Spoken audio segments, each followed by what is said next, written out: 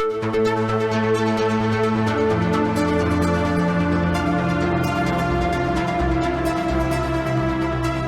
and welcome to the Sensibly Speaking podcast. This is Chris Shelton, your host. Thank you very much for inviting us into your home this week. As you can see, I am joined for this third and final part of my interview with Katherine Olson. Hey, Katherine. Hi. Thank you very much, by the way, for taking all the time that you've taken to really lay all this out. Yeah, thanks for having me. Yeah, we've been, this is hours in the making here, and there's and our stories are not short stories. We were involved for decades. Yeah. So you guys are loving it. So we're gonna keep going here, and it's actually great to go through everything, isn't it? Yeah, isn't it? It's kind of cathartic. Yeah, it totally is. So we're going to finish it off. And where we left off last week was we were talking about all the way up to the point where you had gotten to a headspace where you saw things were not good. You didn't want to be there anymore. Yeah. You were basically kind of burnt out, fed up with the whole thing. But you're still in Columbus, Ohio, as one of the many Sea Org members out there. You're not in LA. That's right.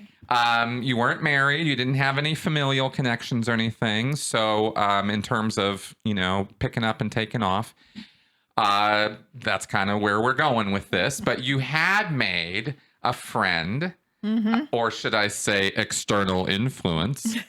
Hi, Osa. Was heavily externally influenced. Thank God. Exactly. So that's where we left off. And you had been in touch with this person. Yeah. And you would also listen to some of my stuff, Aaron's stuff. You mentioned that Matrix video. Yeah. And you were sort of like, okay.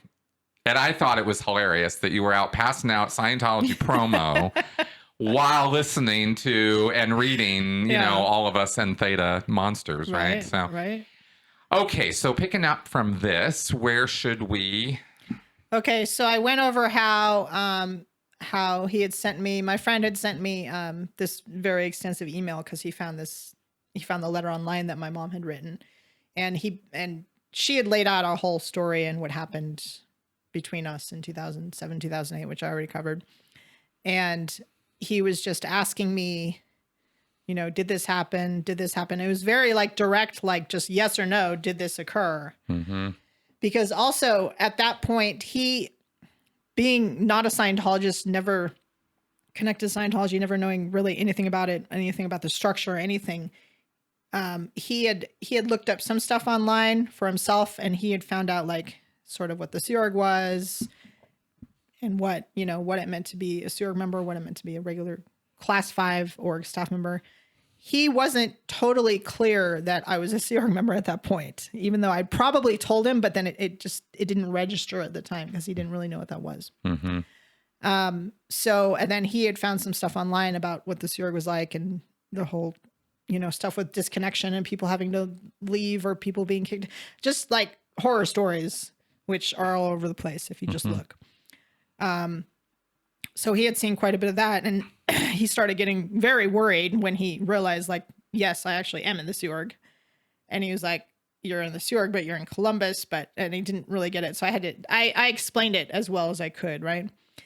And meanwhile, I was going back and forth in my own head on should I go back to LA and route out? Should I, what am I doing? And I was coming closer and closer to, I'm just going to leave because of all this stuff I had seen. And I was just not impressed with, the whole thing about clear, the OT levels. I didn't read all the OT levels, but I got the gist of it sort of. Oh, really? Yeah. So you did the dive into Xenu? Yeah, I actually did. Cause I'm I need to know about this because I've been now in this organization for, 28, almost 29 years total, Class 5 and being in the Sea Org.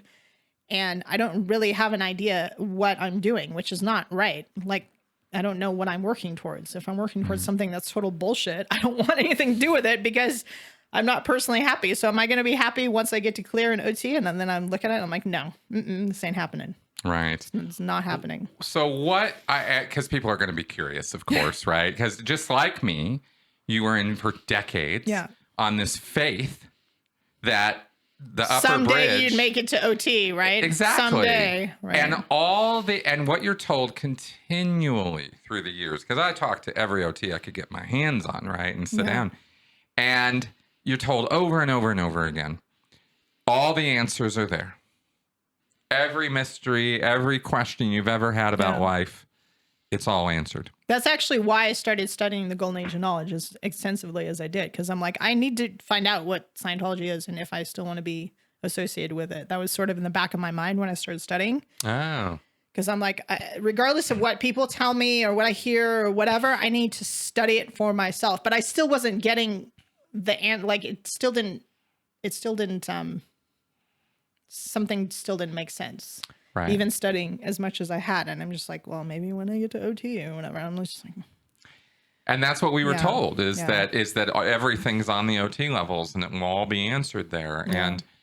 And because I was in a very similar boat in terms of I wasn't studying all the tech because I had because I was like, convince me or I'm out of here. It was more like I'm trying desperately to understand all these all this information and I'm trying to I thought I was trying to decode life. Right? Like I used to read as much as I possibly could. Like I read the whole tech dictionary. I read every HCOB I could get my hands on when I was just like whatever. If I had a few minutes, I'd be on SIR, on the computer system that has all the references. Yes, source information retrieval, also known as SIR. It's an index or a database of all of L. Ron Hubbard's written works, and it's computerized, and not everybody has access to it or full access. Yeah, I mean, we didn't even in the ILO. Yeah, we had more access than other people did. Right. So I'd be all over that as well. Right. For quite a while. Yes, me too. Yeah. I read every eval I could get my hands on and at our level and all the oods and everything. I was convinced at one point that L. Ron Hubbard didn't sleep. And so I went into Well, that's why the Sea Org members don't sleep, right? Well, that was that. I mean, right? You don't actually need that. We were continually being told, you're just dramatizing, right? And you don't need to sleep. Way to Happiness says, the Scientology moral code that Hubbard wrote says, get a good night's sleep. Yeah, get sufficient sleep, right? Get fed, you take care of your body, right? Be temperate. Common sense stuff. But we didn't have common sense in the Sea Org. And I used to wonder, because I was getting sick and tired of being tired all the time and like being exhausted all the time. And I thought, well, Hubbard must have solved this because he never slept.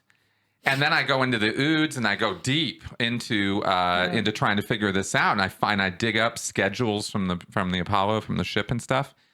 Hubbard was getting a full night's sleep every night. Hubbard had plenty of sleep, right? And people had to tiptoe around his cabin when he was auditing and stuff. I mean, Hubbard had all kinds of hours in the day. It's like what you hear about the stories from people that were at the INT base about how they'd have these, hours and hours and hours long meetings that went like into the night with David Miscavige, and then they'd have to wake up on time the next day and he would sleep in. Exactly. Exactly. His maid, basically, his service people are like, wandering into his room at like 11:30, 1:30, 2:30 in the afternoon, and he's getting up, But he's the most important one, so he has to get enough sleep. Yeah, very important. He sleeps. Because he does everything. That's right. That's right. It's all on Miscavige's shoulders, isn't it? Right. So anyway, needless to say, I found out that was total horseshit and that Hubbard actually demanded sleep. Yeah. And I was like, oh, well, I guess that didn't really work out so well. Anyway please continue. So, okay. So then you've decided now. Yeah, I basically. Oh, that's right. I needed to ask you about OT3. Oh. Well, I have to. Well, I need to ask you what was your reaction to it, because Xenu and the whole story is. It's a little bit. Yeah, it's a little bit. Wow. What did you think? I just thought it was weird. Okay. Because it's such a left turn, U-turn from all the other material. Yep. And it doesn't correlate with anything else. So you're like, it's really not what you're expecting to hear on the OT levels. I don't know what I was ever expecting, but I wasn't expecting anything like that. And it's just... Me neither. I was expecting, and this is what I was reading and studying for, is I was expecting some kind of mechanism or some kind of thing you were going to deal with where you would directly be addressing the other dynamics. Yeah. That's that kind would of what make I sense thought. because you're supposed to full T is supposed to be OT on all the dynamics, That's right? right. That's right. And so rather So what than does it that being, have to do with this whole, like, it really takes a left turn? exactly. Because the lower level stuff is actually, it's if you know what the whole bridge is on the lower levels, it's like, it kind of makes sense. Mm-hmm.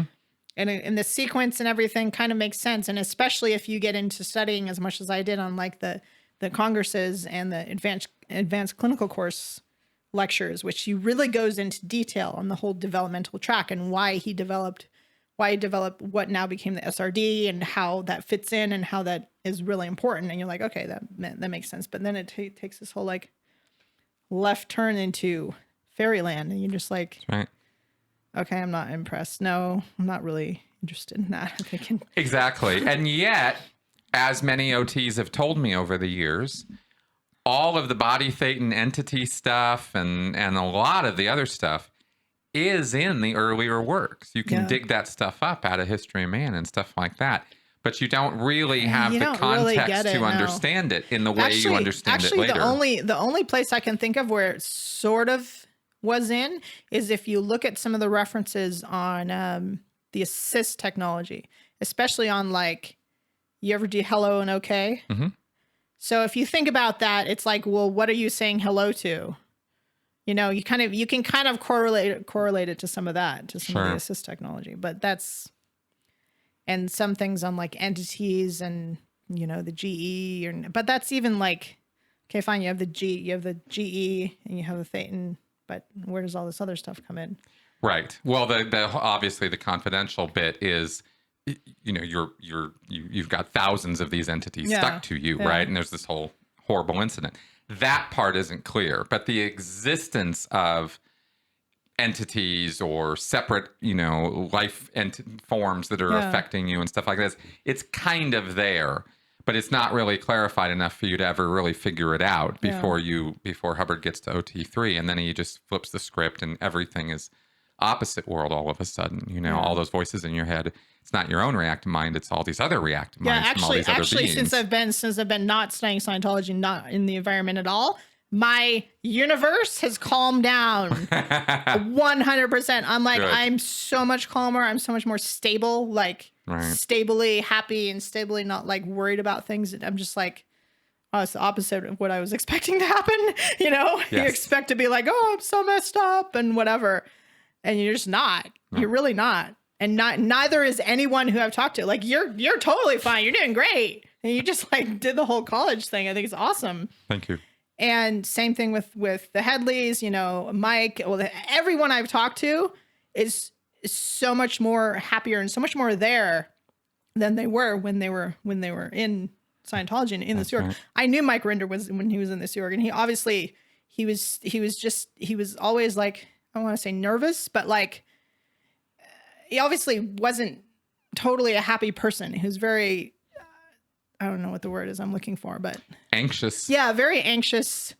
And that's the way most of the very senior execs are because of what they have to, you know, dealing with David Miscavige all the time, I'm sure. That's right. So it's the opposite of what I expected to run into. It really is. That's very interesting. Yeah. That's very interesting. Well, I have to say, I'm very happy that you were experiencing that. Yeah. And it does, I mean, it makes sense as far as how I look at things because the amount of environmental threat surrounding you now and surrounding us now is so, you know, less than when you're in that contained bubble world where there's a hammer kind of over your head the whole time. Yeah, exactly. It's always there. Exactly. You never know when it's going to fall. You're going to get justice. You're going to get conditions. You're going to get busted. You're going to, you know, for anything, for sometimes stuff that makes, I mean, that book thing, you know, if somebody had really gone on a tear, they could have justified taking you off post and sending you back. Oh yeah, totally. You know, because you dared to do book ads. Yeah. You know, like it's just still absolutely bonkers. I mean, it's so opposite world in Scientology now. I swear to God, I just don't even recognize any of this stuff. anyway, definitely, I concur with that observation. I have experienced the exact same thing. Yeah. And it's nice.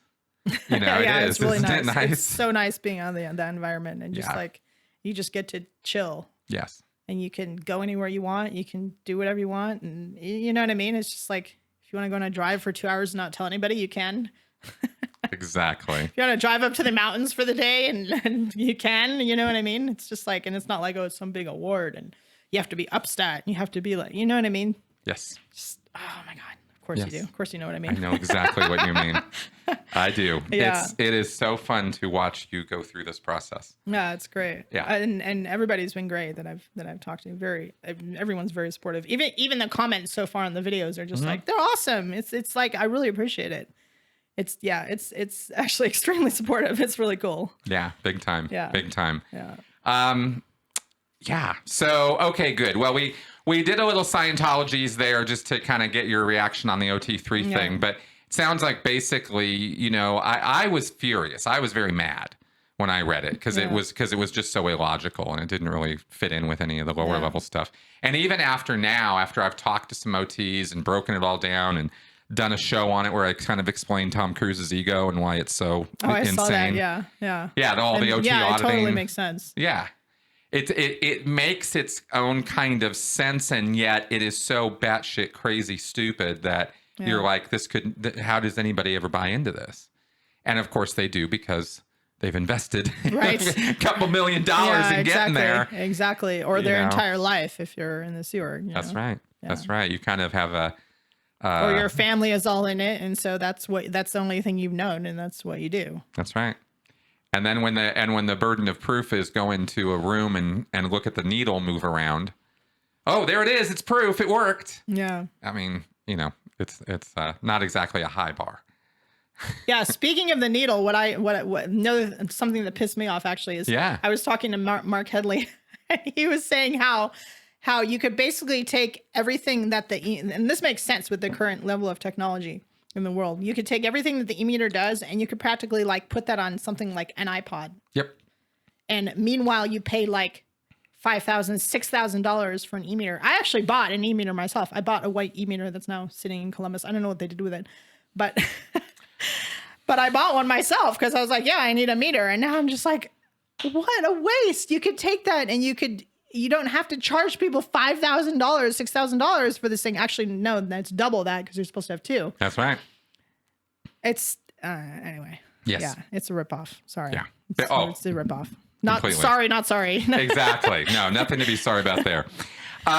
Okay, good. So let's pick back up on your story here. So you read all this material. You actually did get the full debunk in your head of, oh, this is actually bullshit. Yeah, it was pretty much full. But then I was like, okay, what do I do now? Mm-hmm. How do I actually leave? Okay, so I could call my mom. I don't want to call my mom. I don't have any other family I want to call. In fact, I really don't want to do this through family. And my friend was trying to figure out how he could help me, but that was a little bit not real for him to, drive to Columbus and pick me up. Right. I mean, he was considering it, but it was just, okay, then what am I going to do? Now, I want to ask you about something. I want to check into this a little bit because it seems that the actions, am I right in concluding or thinking here that the actions your mom had taken to try to intervene, to try to get you to see what was going on, had failed to a degree that you now were like, yeah, I just can't talk to her. Yeah. Okay. Yeah, it really was. It really, I mean, at the time I was like, wow, my mom doesn't love me anymore because she doesn't want to talk to me, or she doesn't want to, she doesn't want to talk to me because I'm in Scientology. But it wasn't really like that.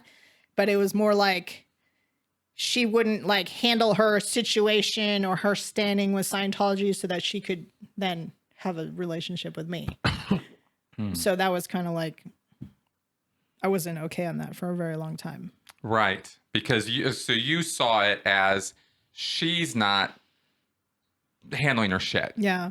Right. She's got crap. Yeah. She's nattery. Yeah. For a long time, that's how I saw it. But then I started to see it not that way, but I still wasn't at the point where I felt like I could just call her up and do something there. I don't know. I was also in a very weird headspace. So I was just kind of like, I'm not really sure what I want to do. Right. Thing.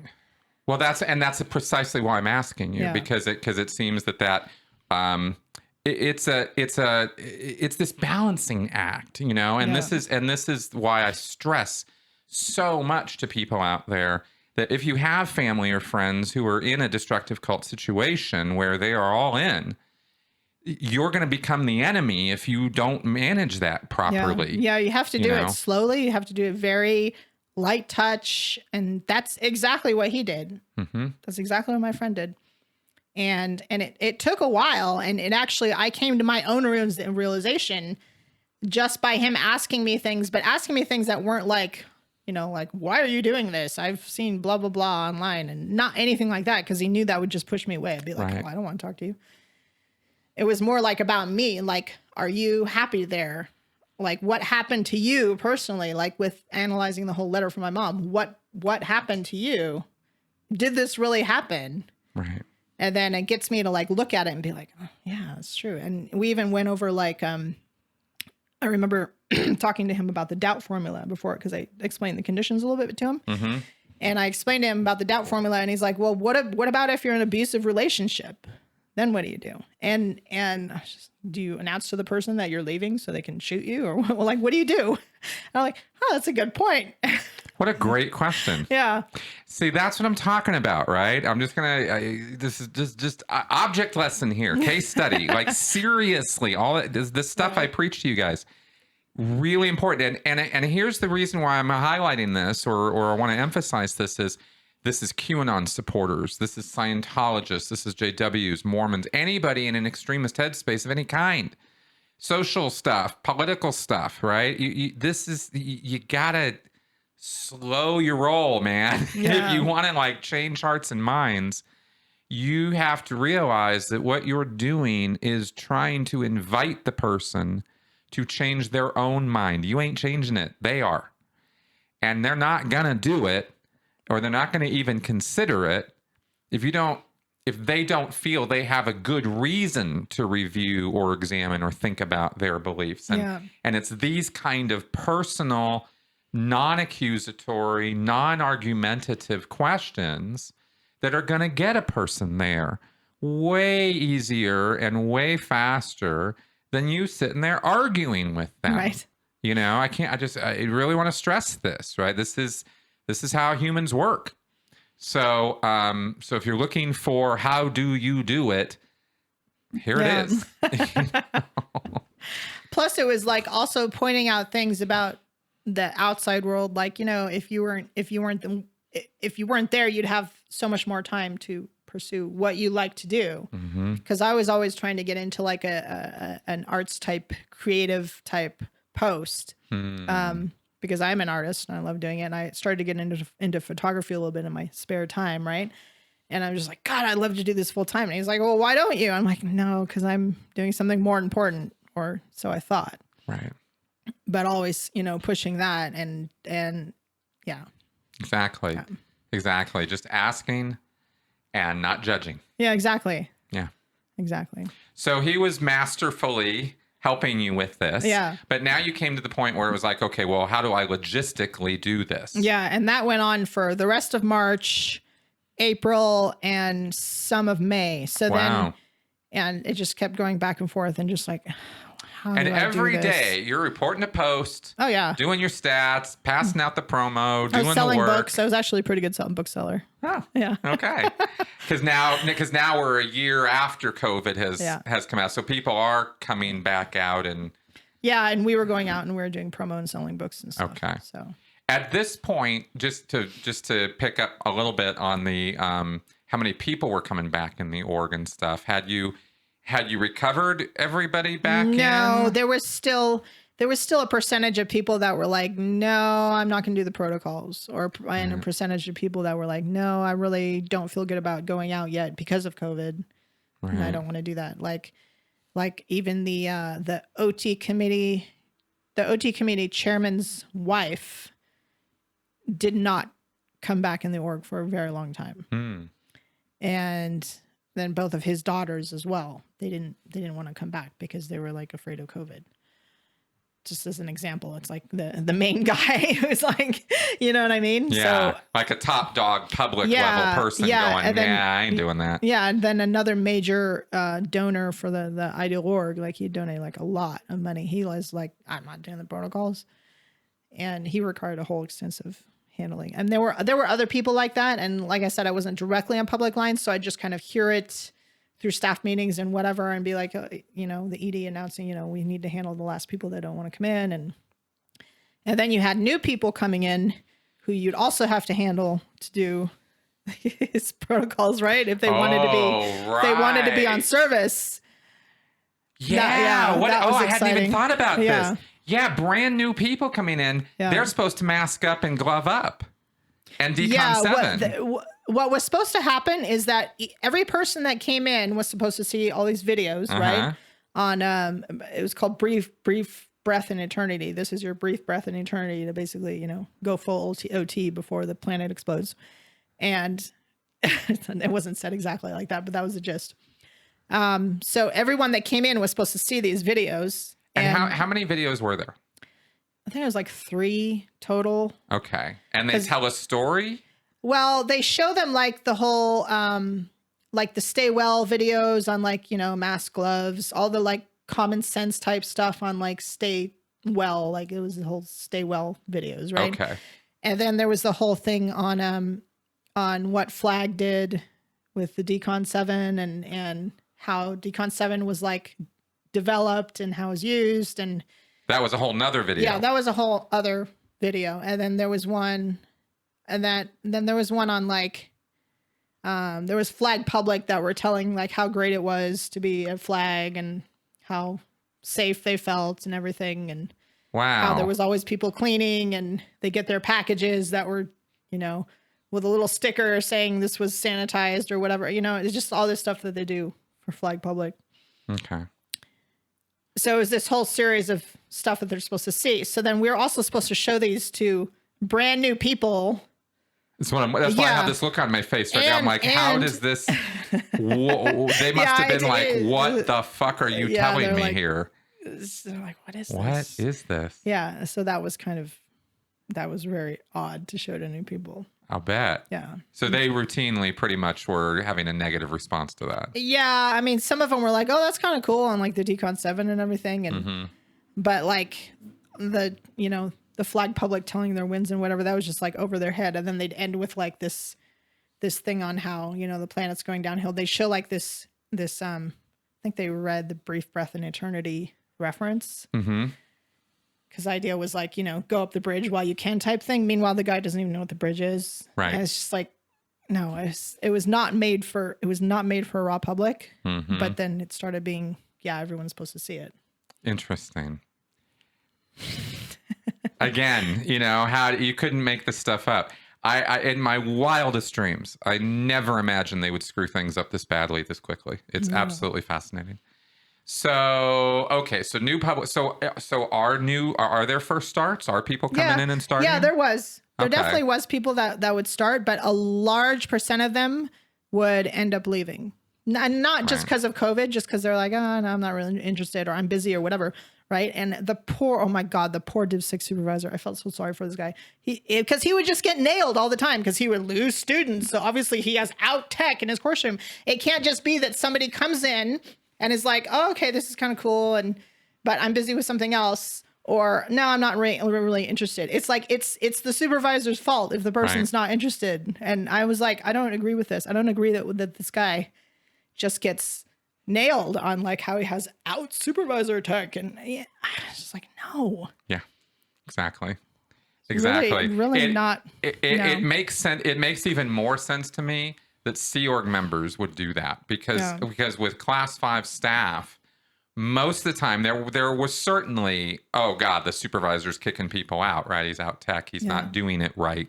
That's what out tech means. And the guy actually really cared. The guy actually really cared. He was a good guy. Yeah, of course. Yeah. It's hard not to when you're in that post because you have these new people coming in. There are these little baby duckling Scientologists, and you want to fluff them up and turn them into these, real Scientologists. And it's a fun job if you are an enthusiastic Scientologist. And I've done it. And you get to explain stuff to them, and you get to walk them through stuff, and you get to help them out, and you're helping them with real life problems with what are really just common sense solutions, like, oh, maybe you should try talking to your wife instead of ignoring her. I mean, real simple stuff. It's not like common sense. Some special Scientology secret sauce. It's just common sense. But you do manifestly help some people with their problems because they don't have that point of common sense. That's why they're there. And you get to actually, sometimes make a material difference in somebody else's life. And that, of course, is all because of Scientology. It's L. Ron Hubbard who's doing this, not me, kind of thing. So you get this whole other goofiness going on with it. But I guess all I'm trying to say is that there's a lot of job satisfaction possible there. Unless, of course, you just pound the guy into the ground all the time because of what a scumbag he is, right. Yeah, exactly. Because he has blows. Yeah, right? exactly. Because his students took off. Exactly. And they spend like so much time analyzing where all the people went, and just like, instead of like, just go get some more, go get some people that are interested. Just keep getting people that are interested. Some people stay, some people leave. Okay, that's life. Exactly. Not everyone's going to like immediately cognite, because there was this other thing that was pushed that was like, if you show people these videos, they will cognite and they will want to stay. And they, it was like, this is the way to like boom the org, basically, by showing people all these videos. Oh my God. Yeah. Like you get into your entire CF. Meanwhile, most of CF Central Files is book buyers from 20, 30 years ago. And they're like, I bought Dynetics book, so I don't really remember it. I didn't read it. And then you're supposed to get this guy in to see this special briefing from management. And you're like, no, I didn't say that to anybody when I called, and I was considered one of the better callers. Yeah, that's probably why. Yeah, exactly. How silly. And you believe that these videos and this order was a direct Miscavige? Oh yeah, push? I'm sure it was. I'm sure it was, because I know the videos were done by SMP, and SMP doesn't do anything unless he authorizes it or he comes up with it or whatever. Okay. And SMP is Scientology Media Productions. That's their new TV channel. That's that studio, which is about a mile away from Big Blue in Los Angeles, and it's basically the new Gold Base. Is kind of the equivalent of what that is now. I mean, Gold still does. Gold still, they just do tech films and they do stuff like that. But stuff that there's nothing else there. Miscavige doesn't have to deal with them. Right. A bunch of SPs. And there's nothing else there. Like right. all of management isn't there anymore. It's basically done by the ILO. Right.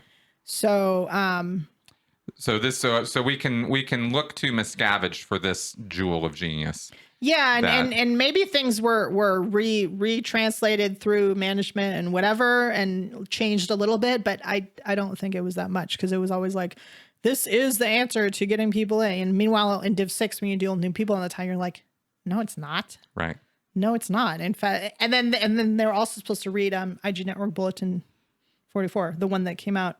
The brand new people are supposed to read the bulletin. And we refused. We actually refused in Div 6. The PCS, the Public Contact Secretary, was like, no, I'm not doing that. Right. We're just gonna. It's completely ridiculous to have somebody read that. Yes. That doesn't have a clue about Scientology. Yes.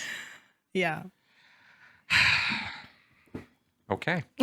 Well, it's a funny thing, because maybe there are people at the door stopping people from coming into Scientology orgs now. The people who are following David Miscavige's orders. Right. Right. Anyway. They come in and they're lame like, joke. what? So, what is this? Yeah. All right. So this is what's going on in the org. Yeah.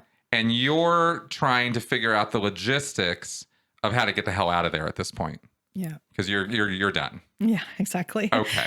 So then, how did that roll out? So then my friend, in all his brilliance, was like, well, have you considered talking to or contacting any of these, groups out there that actually help people in these kind of situations? And I was like, not really. What do you mean? And he's like, well, I found this group and called the Aftermath Foundation. Really? Yeah. And funny enough, I'd actually seen it online as well. But I wasn't really, I'm like, I can't do this. I'm like, no, I can't do this. No. But I knew what it was when he had told me. Okay. And I was like, yeah, but I don't want to talk to any of them. They're all, all these declared people that got in trouble. And I'm like, no, it sounds kind of scary. I mean, Mike Rinder's in it. That's scary, right? How interesting. How I was like, that's interesting. kind of scary. What's he going to say to me? Right. Because you're kind of in this halfway position. Yeah. Because you're 1 foot's in and 1 foot's out. Yeah. Plus, I knew once I talked to actual people that were declared, I'm like, it's all over. I'm like, I'm toast after that. And it hadn't occurred to you that reading the clear cog and the OT levels was toast. It did. It actually definitely started to. But like once you talk to, I am still like in the headspace of, okay, well, I could handle that if I wanted to type thing. Yeah. But I don't know. Once you like go and like, contact declared SPs, then it's all over. Yes. You're actually making me remember August or September 2013. It was the first time I reached out to Mike Rinder via his blog. Oh, yeah. Right. First time I was actually like going to go, reach out to, no, I'm sorry, not 2013. 2013. Yeah. That year that I was getting out. Yeah. And so I'd gone down the rabbit hole, knew it was all bullshit, but I hadn't yet publicly started speaking out or doing it. It was all kind of anonymous posting. And then I was like, I need to talk to Mike Rinder. Oh my God. Right. Yeah. And I reached out to him and I'm like, I'm not sure if you remember me. And he didn't. Yeah. But I certainly remembered him. Who doesn't remember him? That was like one of the first things I said to him when I saw him. I saw him a few months ago.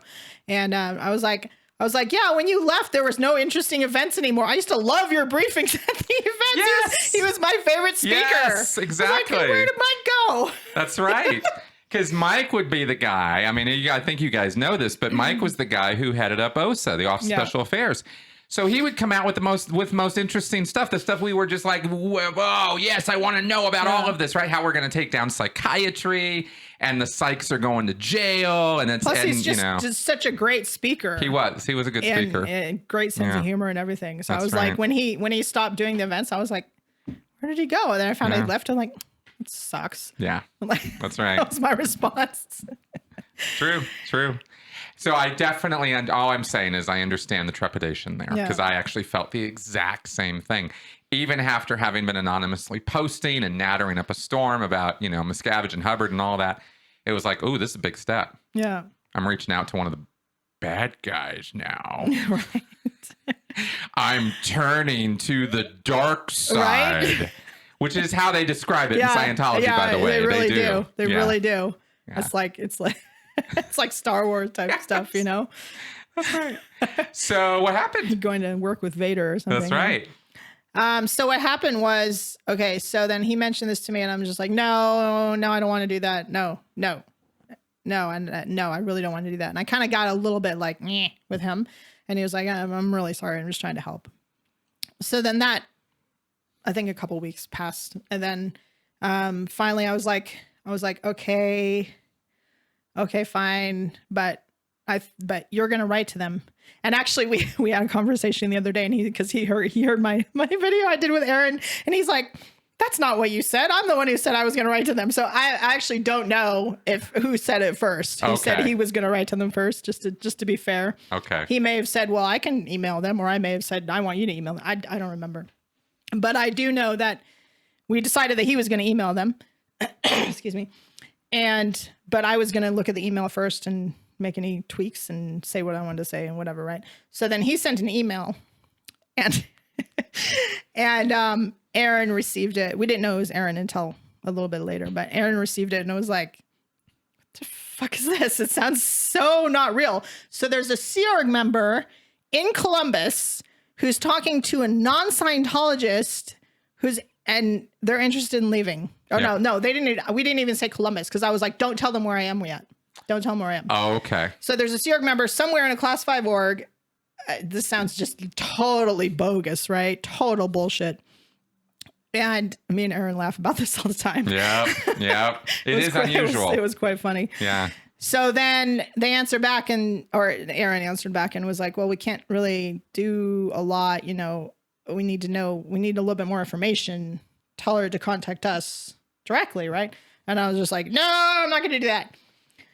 So then after a couple weeks or whatever, I was finally like, okay, fine. I'm just going to do it. So then I sent a very brief email and I was like, and just asked like a few questions and he answered me back and was like, well, can you give me a little bit more information? Cause I was very brief. I was like, what exactly can you do if I decide to get your help? Like, what kind of help can you give me? And he's like, well, you kind of have to give me a little bit more information. Like, where are you? What do you want to do exactly?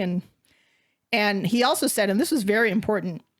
He also said, just so you know, once you contact us, if you leave with the help of the foundation, you are going to get declared. We don't just, we don't do this like covert thing of helping you leave and then you somehow stay in Scientology. You're connected. You're going to be connected with us, so you're going to get declared. So if you're prepared to deal with that, then fine. And we'll help you. But if you don't want to, and you just want to leave the seer, but you don't want to leave Scientology, then this isn't for you. Which was actually a great thing to say because because I kind of expected them to be like jumping on it and be like, okay, where are you? Like kind of like trying to like get me to leave. Right. Mm-hmm. And it wasn't like that at all. Right. And I was very surprised. I'm like, okay. Interesting. This doesn't sound too bad. Yeah. And, so I was kind of like thinking about that for a little while more and I didn't answer for like a while. And then I was like, okay, so who do I want to, I don't know who I'm talking to right now. Right. Like I didn't know it was Aaron. Oh yeah. He wasn't signing his name he wasn't yet. signing it.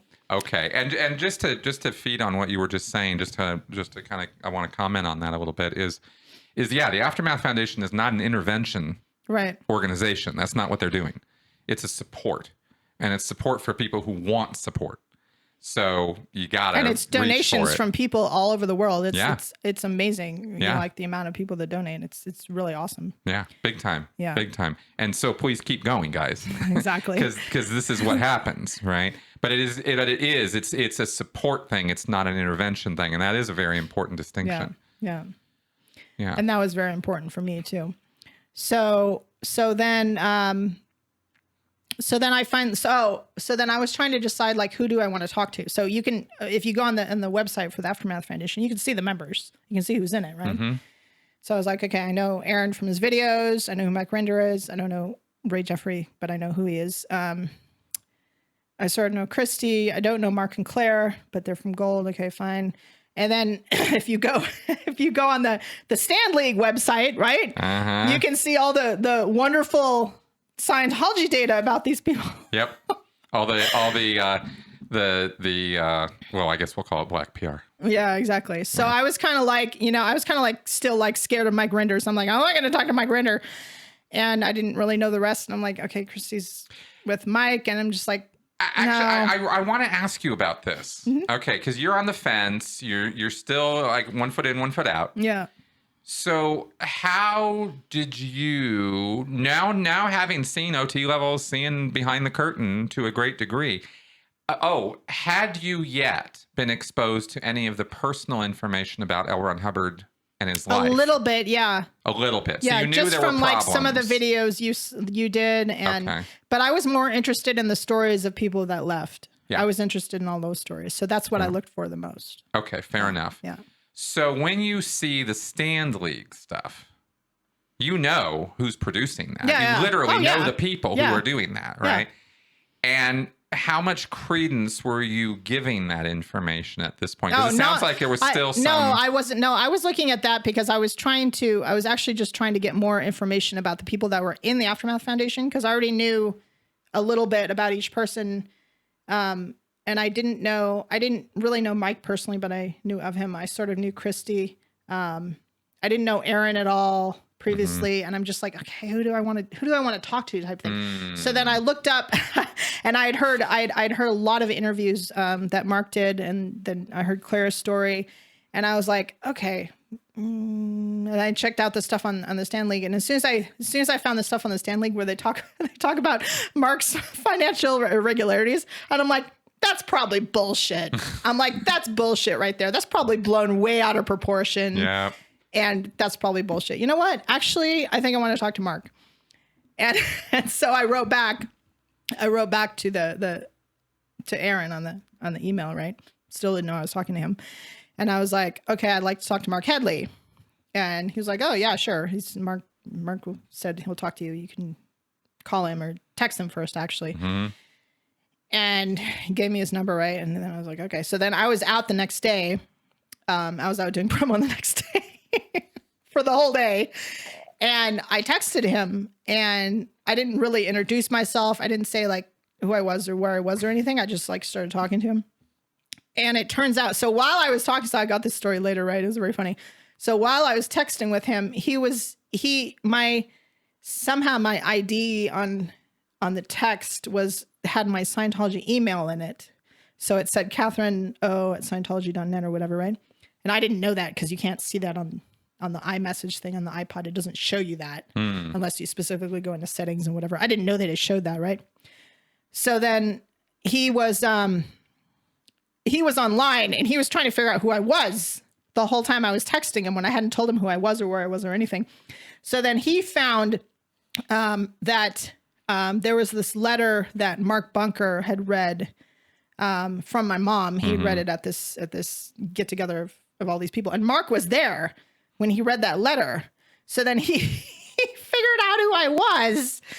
It was very funny. He figured out who I was within like a couple minutes, and I didn't know this, right? And he figured out that I was somehow he figured out I was in Columbus or I was in Ohio, because then he mentioned something about Ohio while we were texting. I was like, I'm in Ohio. This is weird. And I don't remember how he figured out I was in Ohio now. Interesting. But he figured it out. It's like, I wonder if there was an IP address or something he was looking up or something. I don't know. Interesting, Mark. I don't know, but he's also a very smart tech guy. He's a tech savvy guy. Yeah, he is. So then he found that out, and then he kind of like dropped a couple hints, and then he said something about my mom, and I'm like, okay, this is getting really weird. Like, how do you know my mom? And he's like, oh, I just looked up this video, and he told me. I think he told me at that time. And I was like, okay, yeah, I'm in Columbus or whatever. And then I texted with him a bit more, and then I called him and I talked to him for like an hour. Yeah. And he said, the first thing he said was, we can basically help you, like whatever you need, we can help you with. Like, do you know when you want to leave? Do you know where you want to go? If you need a plane ticket, if you need somebody to pick you up, if you need a phone, whatever, we can help you. And whenever is up to you. And he's like, when do you think you want to go? And I'm like, I don't know, maybe like a month or something. Yeah. Why did you want to wait a month? I don't know, because I was freaked out. I was totally freaked out. Sure. And so I was like, okay, maybe in a month. He's like, okay, so like, do you know where you want to go? I'm like, I have no idea where I want to go. I don't know where I want to go. I don't want to go with any family yet. I'm not ready for that. I don't know. So then we kind of left with like, okay, you're going to figure out what you want and then let us know. And so then I left and I, went back to the org and then went, and then it was a Sunday. So we actually had our CSP in the evening. And so I was on CSP. Well, that's laundry time in English. Time, right? In English. That's when they do laundry and maybe some personal shopping.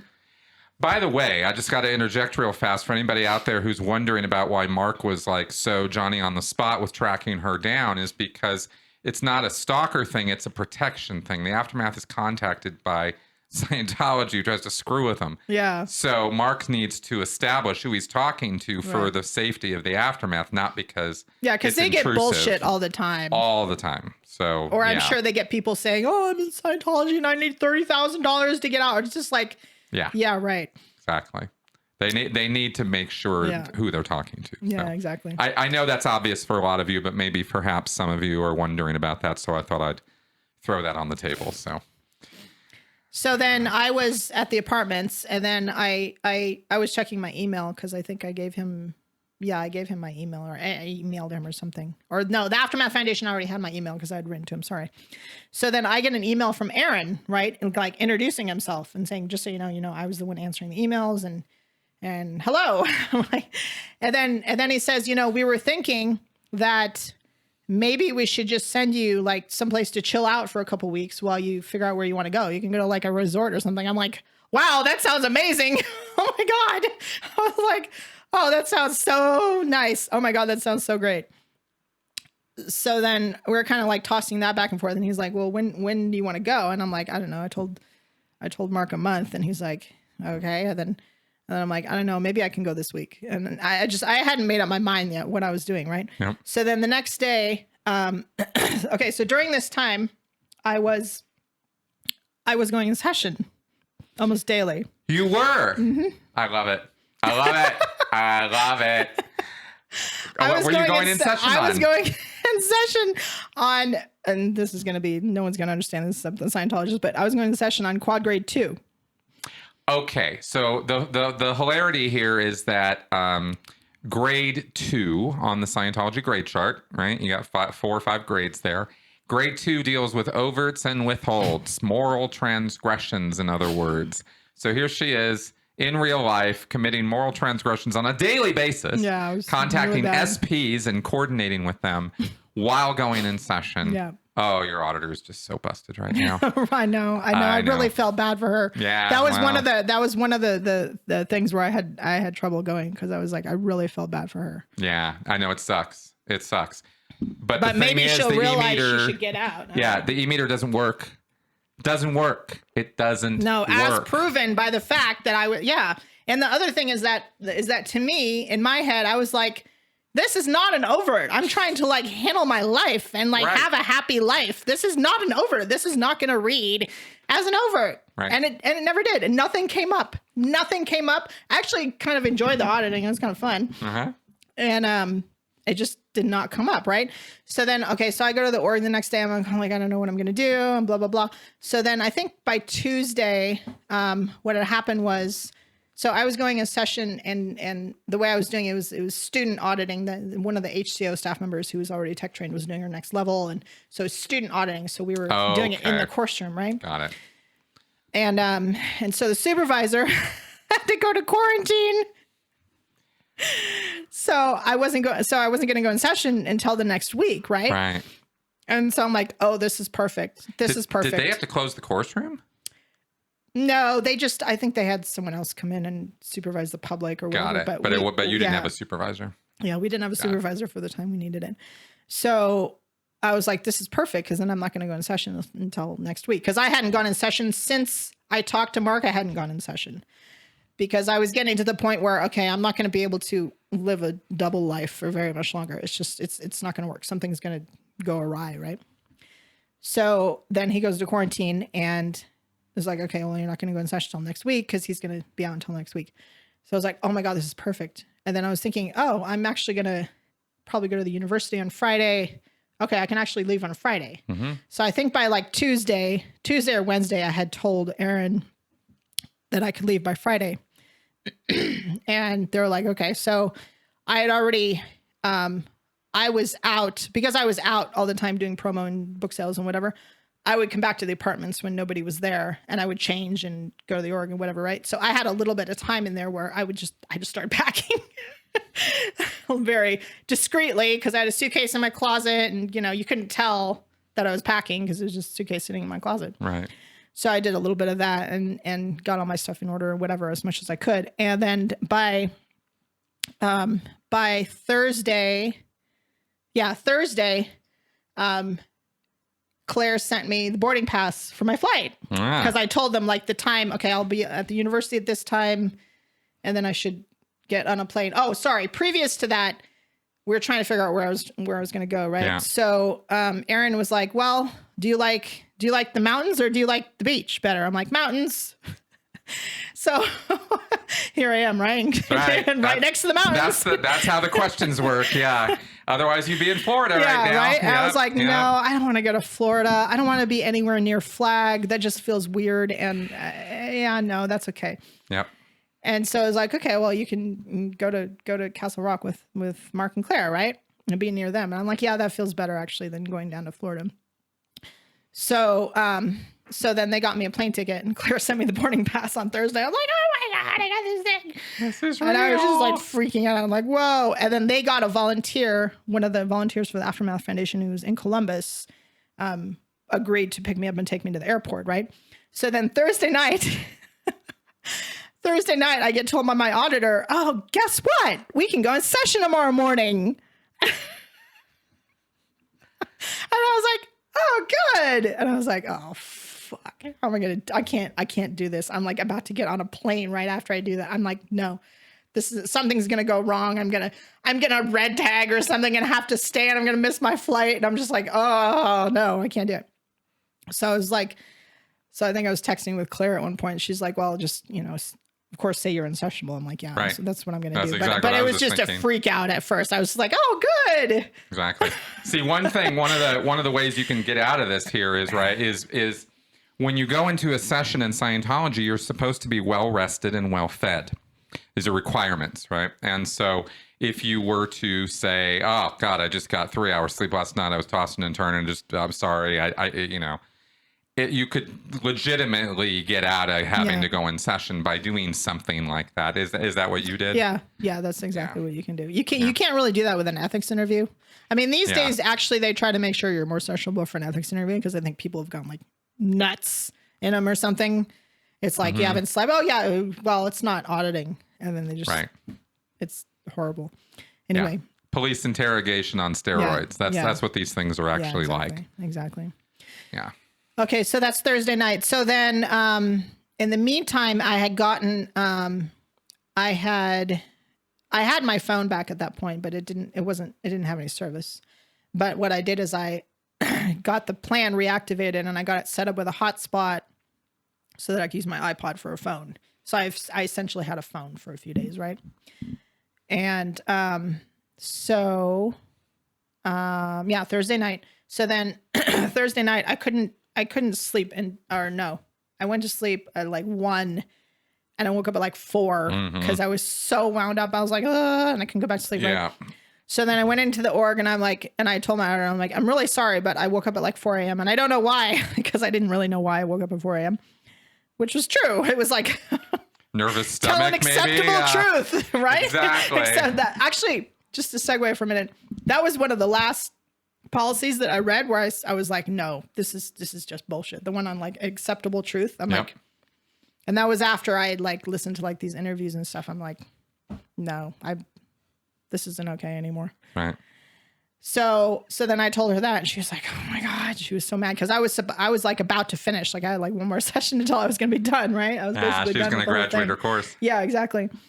So then we didn't go in session. So then I went to the university. Before that, I had, as soon as I got to the org, I kind of freaked out and I took the SIM card out and I hid the SIM card and I hid like everything. So I was like, oh my God, I just have this feeling that someone's going to be like, see me with it and be like, what are you doing? And take it away or something. Right. And so nobody heard from me. Claire didn't hear from me. My friend didn't hear from me. Nobody heard from me for like a couple hours and they were just like freaking out because I was supposed to get on a plane and that afternoon. And they're like, oh no, she got busted. Oh my God, they're freaking out. Right. So then I go to the university. My senior takes me to the university and drops me off. That was the last time I saw her. Actually, I felt bad for her too. I'm sure she got in a lot of trouble. She was actually a really sweet person. She actually cared and didn't like just rip people for no reason. You know what I mean? Like she was actually great. She's one of the best seniors I've had.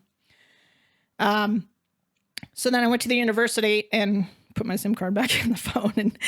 And then I called Aaron and told him where I was and what was happening. And then he had this volunteer come pick me up. And she was really nice. She gave me like $50 in cash. She's like, just in case you want to get something to eat or something. I was like, you don't have to do that. No, take it. Before I left, right? So then she took me to the apartments because I was like, I'm going to grab my shit. I'm not going to go with like my purse. And like, I want some of my stuff. So I went to the apartments and I packed within like half an hour or something.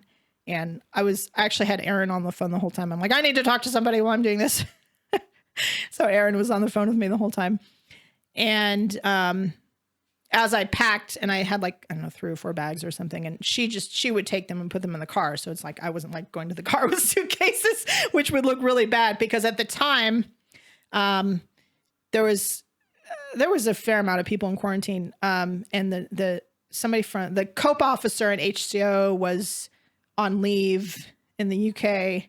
The INR was in quarantine. The TSA was in quarantine. And I was like, wow, this is like perfect timing. All these people are in quarantine, right? And I didn't even like purposely think of that. But then I thought of it later. I'm like, wow, that was really actually pretty good.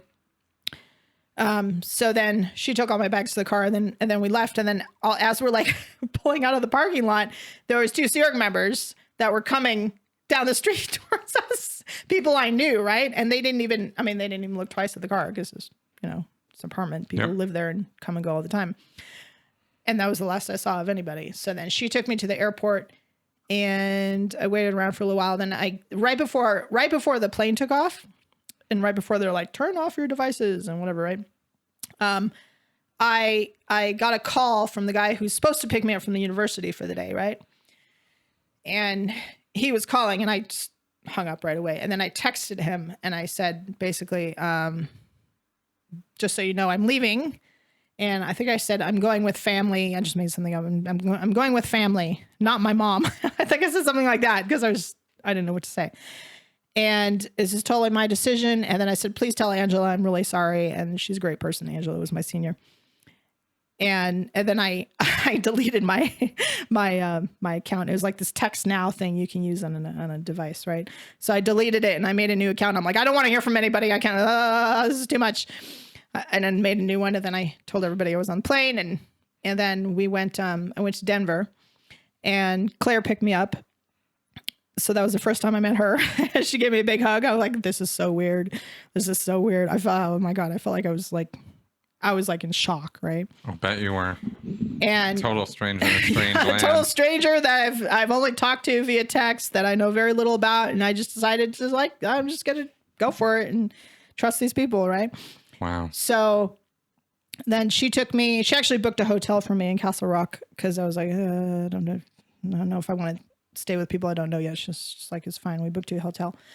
And so I stayed in a hotel.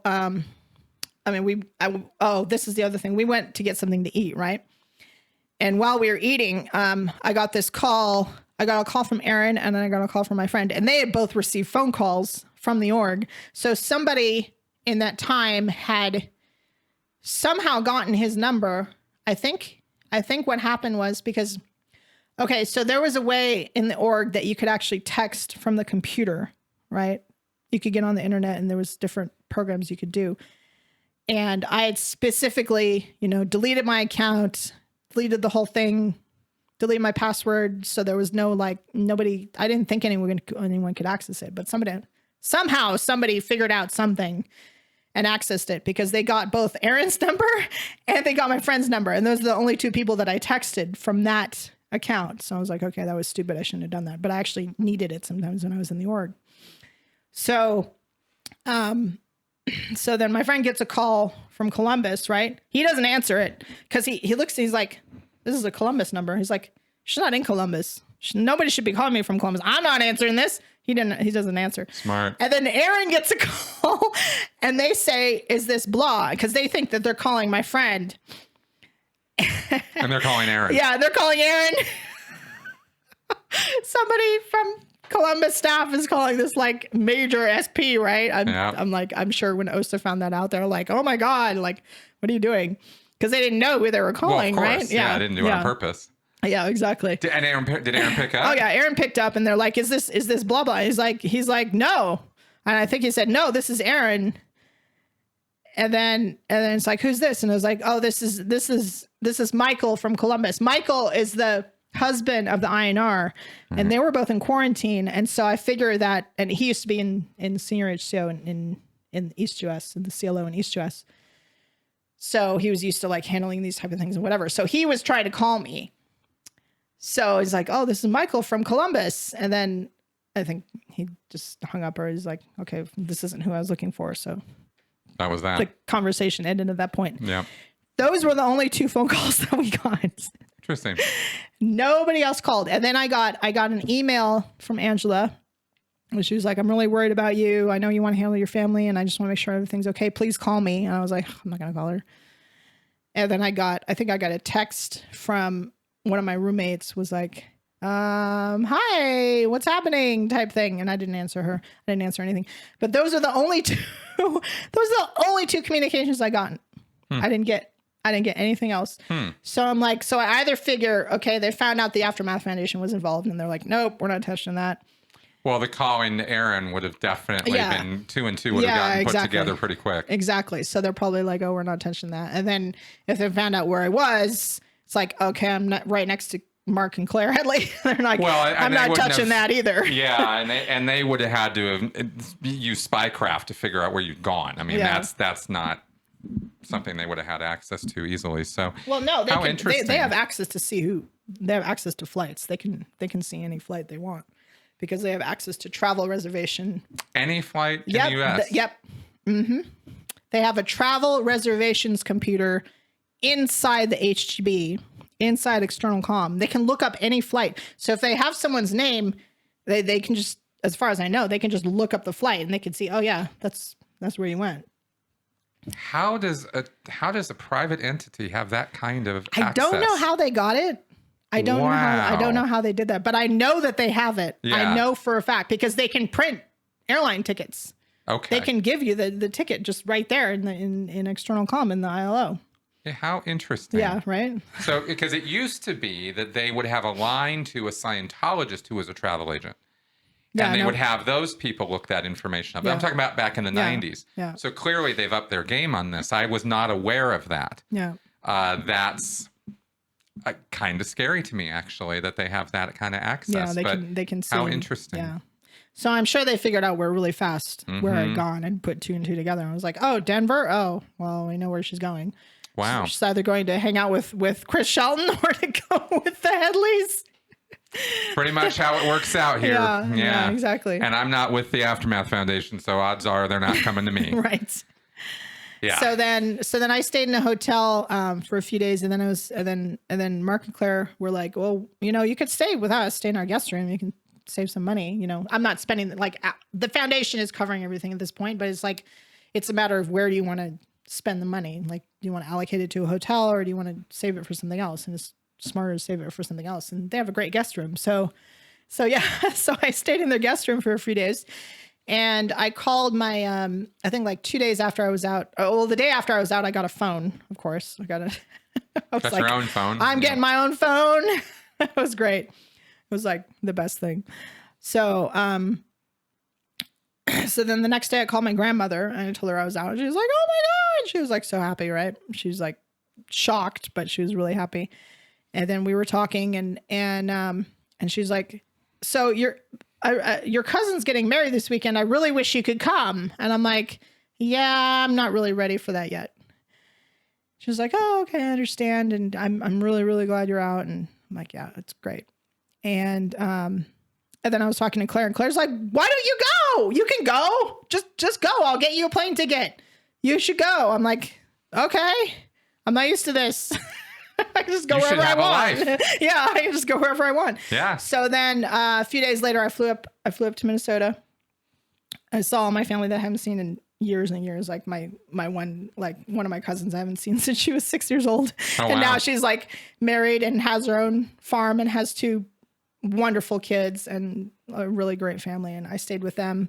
Wow. I stayed with my uncle a little bit. I saw all my family because everyone came to the wedding. Did you see your mom? No, I didn't see my mom yet. So okay. She wasn't in Minnesota. She didn't okay. come. So has she yet heard? She had heard. I sent her an email. Just because I was so in shock from everything and it was a little bit overwhelming. I wasn't ready to talk yet. So I sent her an email and I think I friended my sister on Facebook or something. And my sister was like, who's this? Cause I have a weird Facebook handle. Right. So, so then she emailed me back and we had a bit of an exchange with that. Right. And then, so I stayed in Minnesota for a couple weeks. Actually, I stayed for all of June.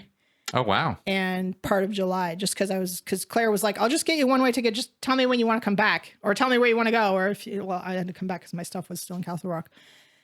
She's like, just tell me when you want to come back. You can come back anytime. You can stay as long as you want. I'm like, oh, cool. So I just stayed. I hung out there with family, saw everybody. Just did a bunch of shit, like rode horses, just did tons of stuff. Went on motorcycle rides with my uncle. It was great.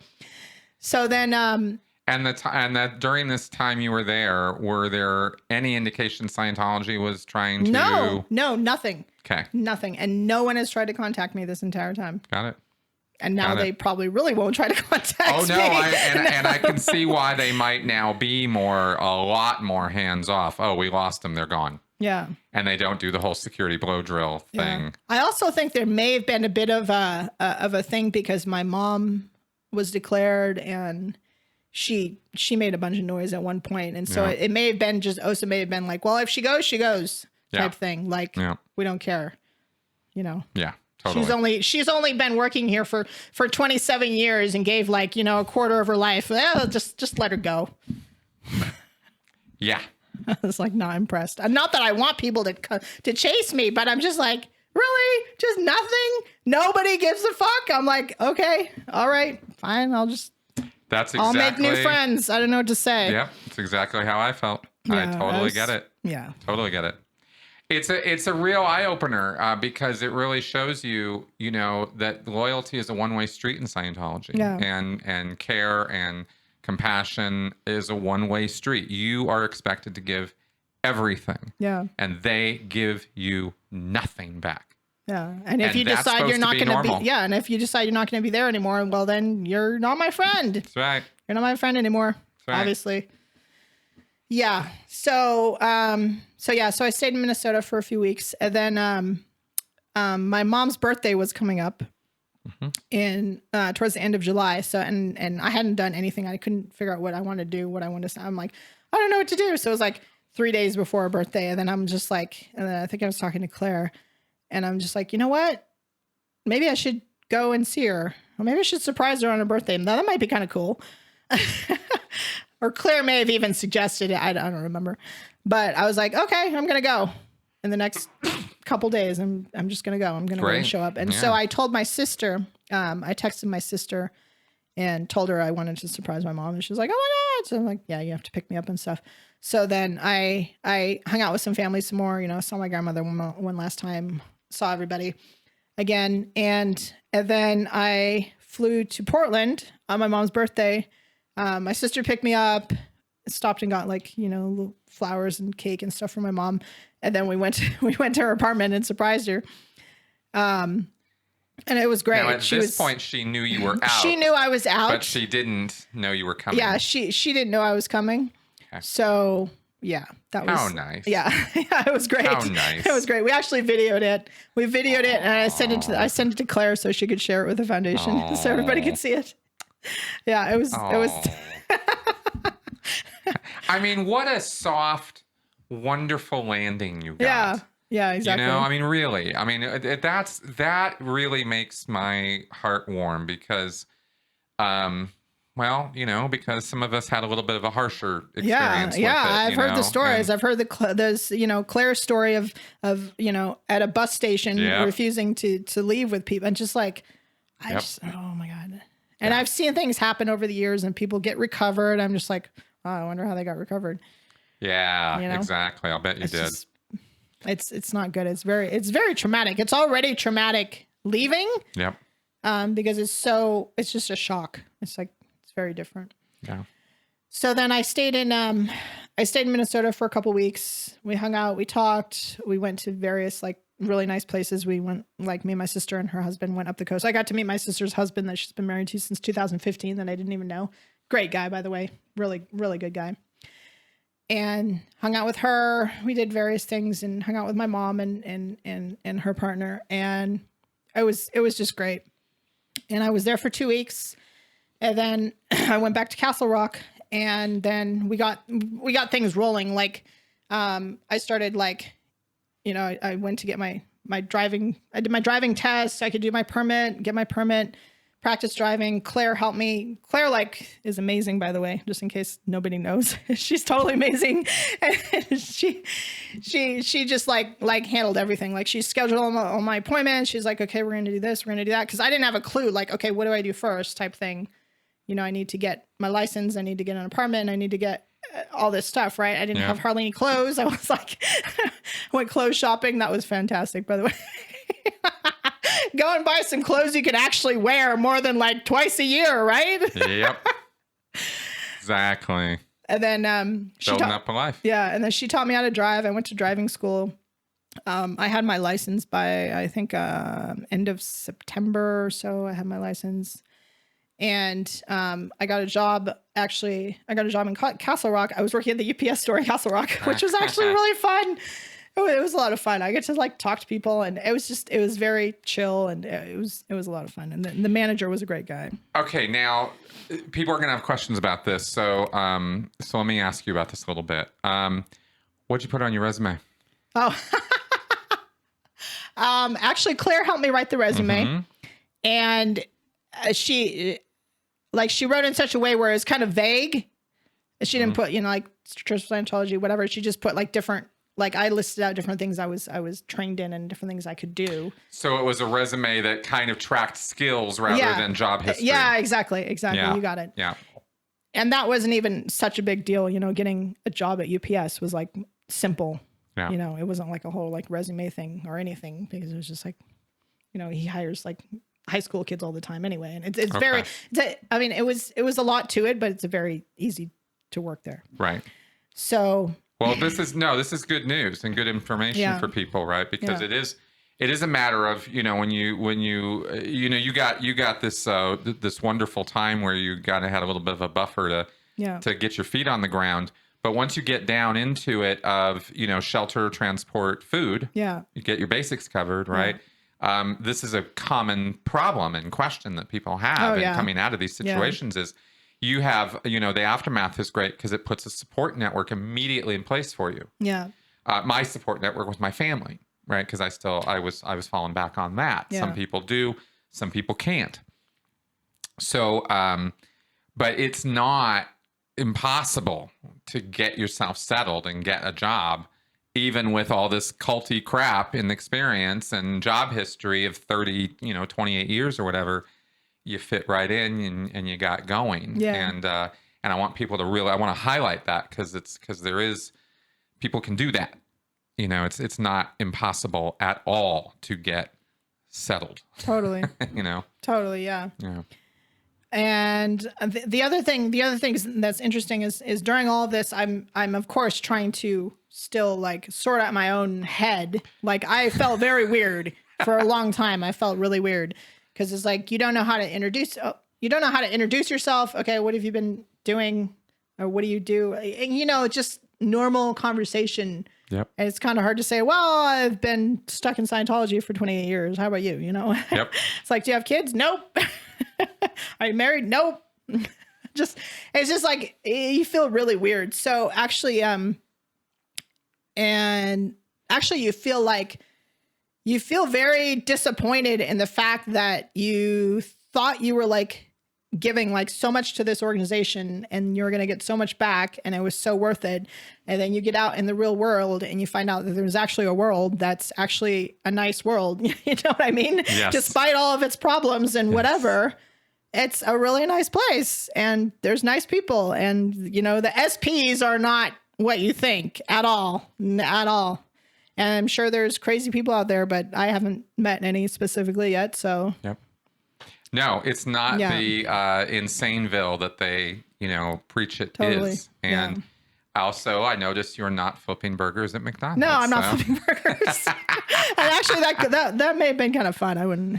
Well, it is its own level of fun, but it gets a little tiring. Yeah. But that is the classic Miscavige Sea Org line is, if you leave, you are going to be a failure. You're going to be somebody flipping burgers at McDonald's. You're going to be a janitor somewhere.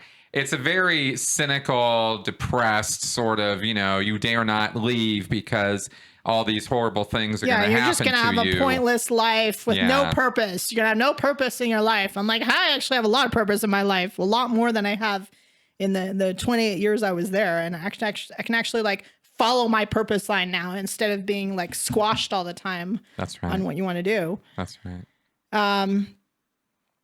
Yeah. So then, so I worked there for a little bit. I worked there until about January. What I was going to say is during this time trying to like sort out my own head and stuff. I read a lot of books. Like I read your book.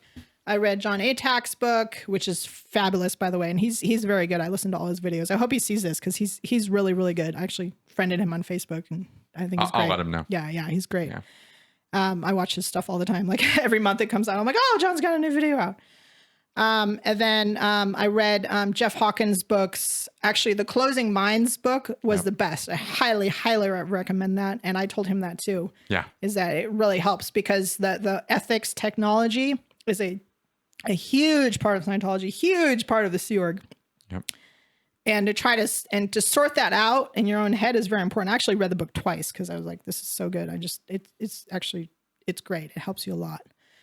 Because you stop thinking of yourself as like this, messed up, out ethics, criminal, because you left Scientology. You stop thinking of yourself like that. That's right.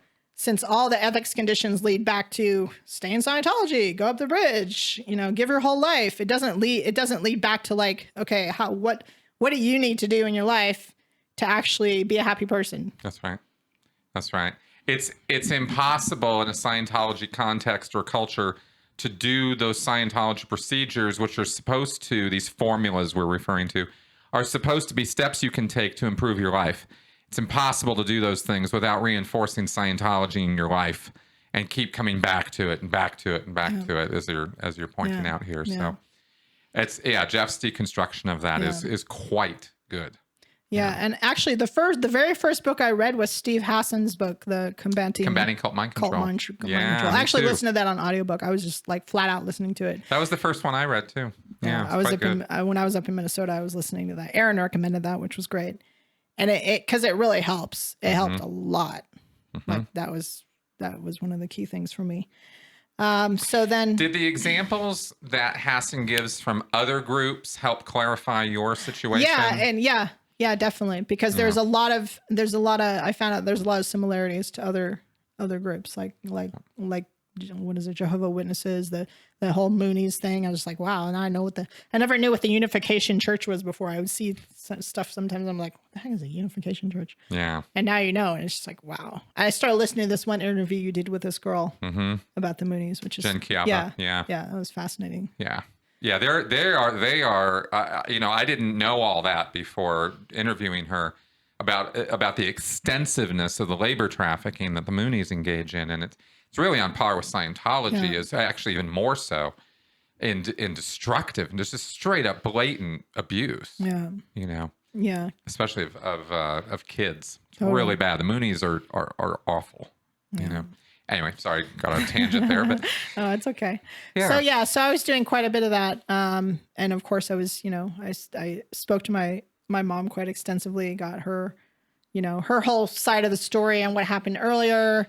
Told her about what happened to me, and we're still hashing that out quite a bit, which is good. It's actually really good.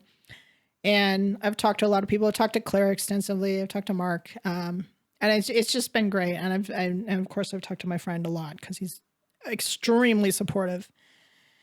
And so then I worked at UPS until about January, which was really fun. And then actually I started working at Amazon, which is actually really good. And I recommend that too for anybody who's like coming out and needs a job right away. It's very, very easy to get a job at Amazon. It's not like you need like work experience or like, you just have to be willing to work and you have to be willing to keep the schedule. And it's great. It's like, it's so funny, like comparing like their structure to like Scientology org. I mean, it's obviously not trying to do the same thing.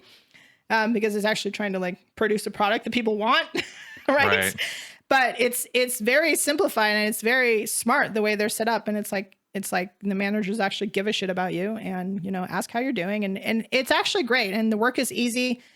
It's your time off is like you have a whole app that you manage your time. You manage your own time on. If you're like 10 minutes late, then you just like you can manage your time and be like take that paid time off from your time that you're allocated. It's like.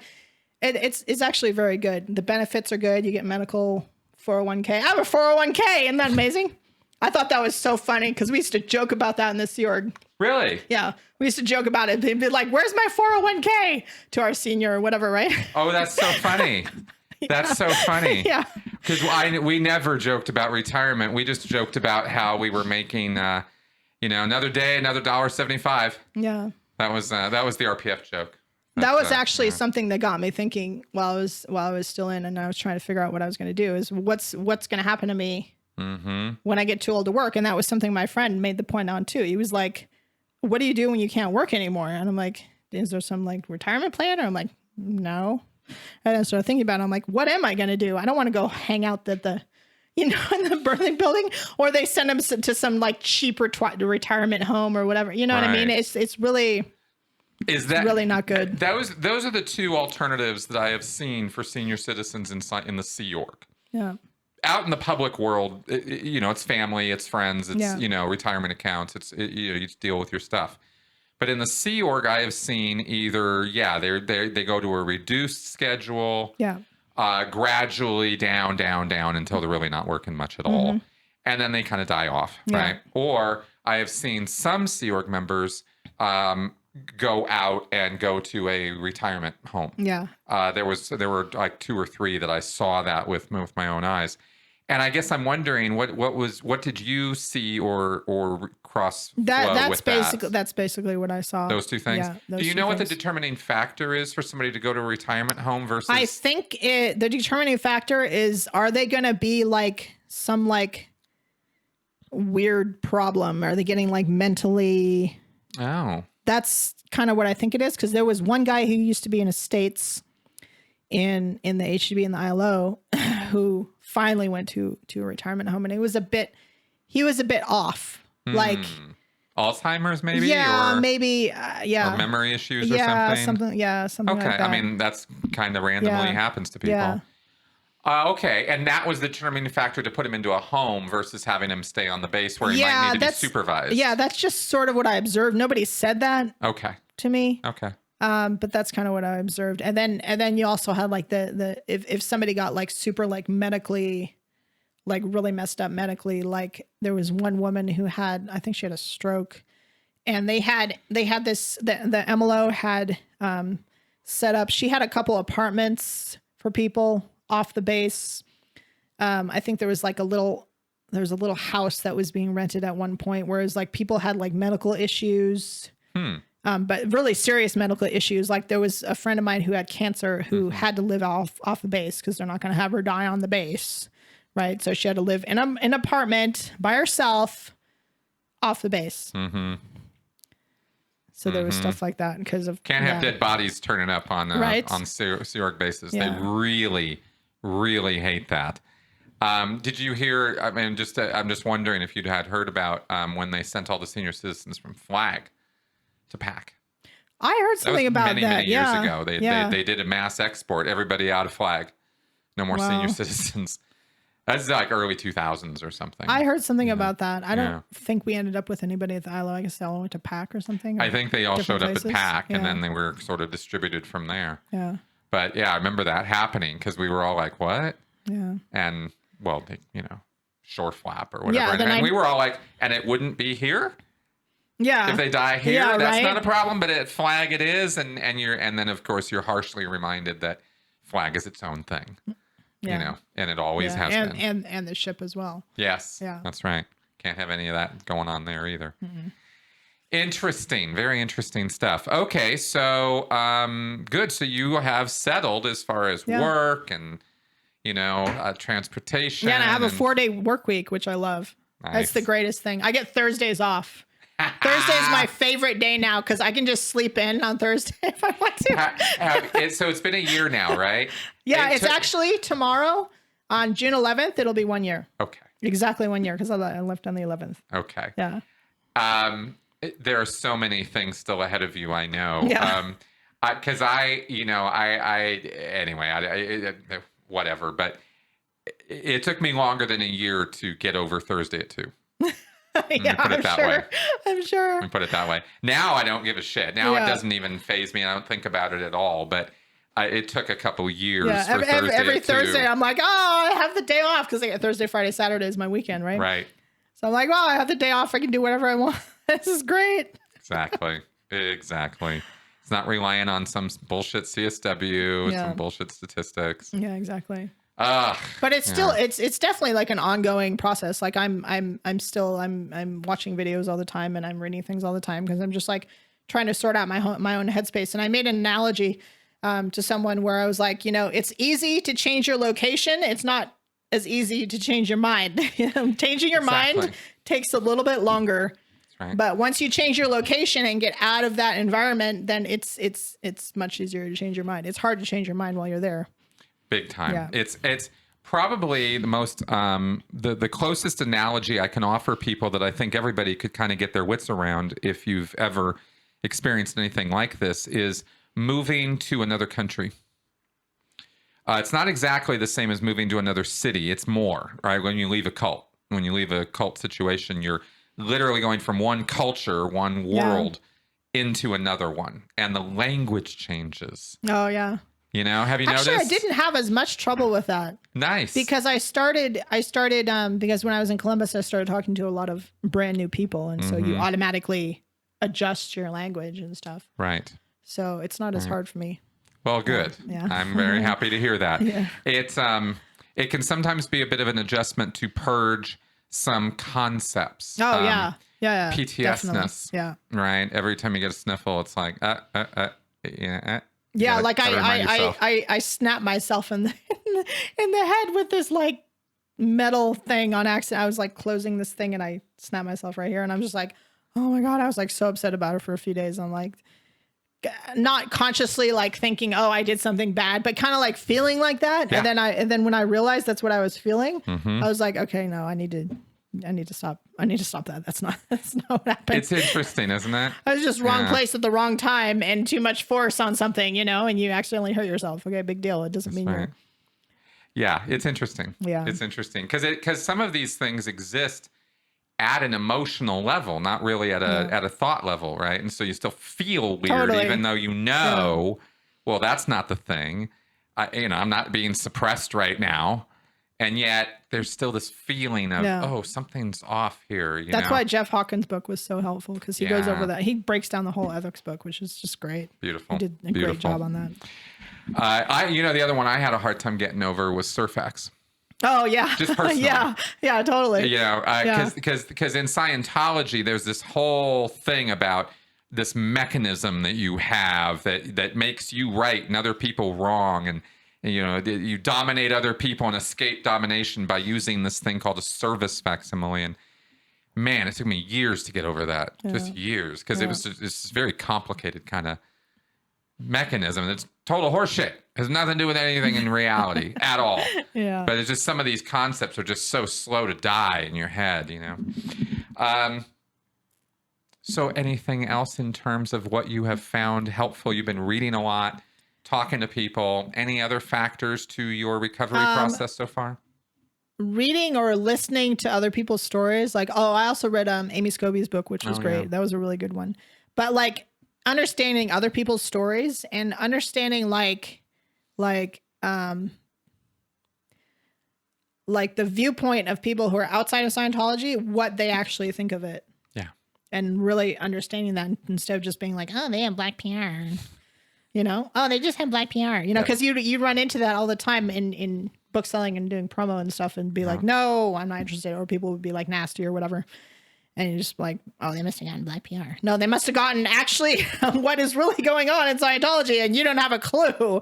They know you don't have a clue and they don't know how else to deal with you other than just say, oh, get away from me, Exactly. So you really have to get both viewpoints. And that's what Scientology won't let you do. It won't let you get anyone else's viewpoint. Mm-hmm. Because if it's bad, then they're an SP. And anyway, it's so complicated and so like everything's geared towards Scientology good, this bad. And people who don't like Scientology bad, Scientology good. Like exactly. It's black and white. And it's not like that. It's like you meet these people, these ex-Scientologists, horrible SPs. They're great people. And they have beautiful families and they're nice and they'll help you. Like the Headleys have helped me so much personally and through the foundation. Yep. Just like support and friendship and come to our party. Oh yeah, come spend Christmas with us. Come spend Thanksgiving with us. I'm just like, I'm part of the family. It's great. Yeah. And they're not nasty people at all. At all. Not at all. Mm-mm. Can attest. Yeah. That's right. Right. Testify. Yeah, right. Exactly. Hi, Osa. Come on out. Yeah, right? It's all good. Yeah. Water's warm out here. Exactly. And unfortunately, a lot of people are in this situation where their entire family is in. Like I made the example with Angela, who's my senior. Her whole family, all her husband's family, they're all Scientologists. And it's like, I can't imagine if she left and she's so close to her family. It would just be devastating for her. Like it'd be impossible.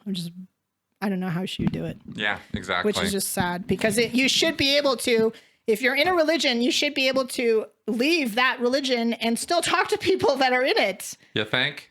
Like, why not? Right. Why not? Exactly. And they're gonna have to change that, or it's gonna die out. Too many people are gonna say, nope, not doing that. And the problem, of course, is that they are faced with the fact that if they dump disconnection, they're going to die a slow, painful death anyway, too, because then people will be able to deliver the truth to people inside. Exactly. And then people will be like, no, I don't want to do this anymore. That's right. And, parents will be able to convince their kids, remember your dream of being a doctor or whatever?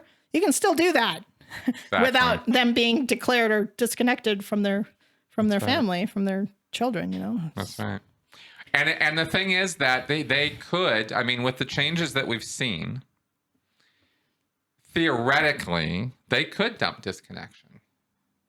And the interesting thing to me about that is that it would be a great move forward for truth and transparency and maybe even some accountability. Yeah, and then maybe a lot of people would leave, but then if they did, they probably want to leave for years. Just like I wanted to leave for years and I didn't. Right. Okay, so if someone wants to leave anyway, or if they're already halfway out or thinking, actually want to be connected to my family, well, then they shouldn't be in there. Right? Well, no, you don't understand. They just have MUs and overs. Right. Come on. Yeah, and service facsimiles. They are. Come on, they're in the upper 10th of the upper 20th, and they should be there, and we need to keep them there, and we need to clear their MUs. It's weird how in Scientology you basically think you're better than everyone else, right? Right. It's just amazing. Right. Oh my god. Yeah, it's pretty bad. You really have to get over that. I think I got over that fairly fast. I was just like, no, actually, no, I'm not. I met really good people and I don't feel superior. I don't feel superior to people at all. In fact, I feel a little bit inferior because I was stuck there for so long without a life. You know what I mean? Yeah. So. Well, the funny thing about that whole superiority thing is that it actually does come from that same place. Yeah. That you really don't feel superior to everybody, but you got to puff it up, right? You got to become a puffin or whatever. Right. I wish I could say I got over that as quickly, but it took me about 2 years before I even realized I had an attitude problem. Yeah. But everybody's different. That's the whole point. And the only other thing I want to put in a plug for again is the Aftermath Foundation. Yes. It was fabulous. Like whatever I needed. And not only was it financial support, it was all the support from the Headleys, just like getting me a life, like an apartment, my first job, a car. Yeah.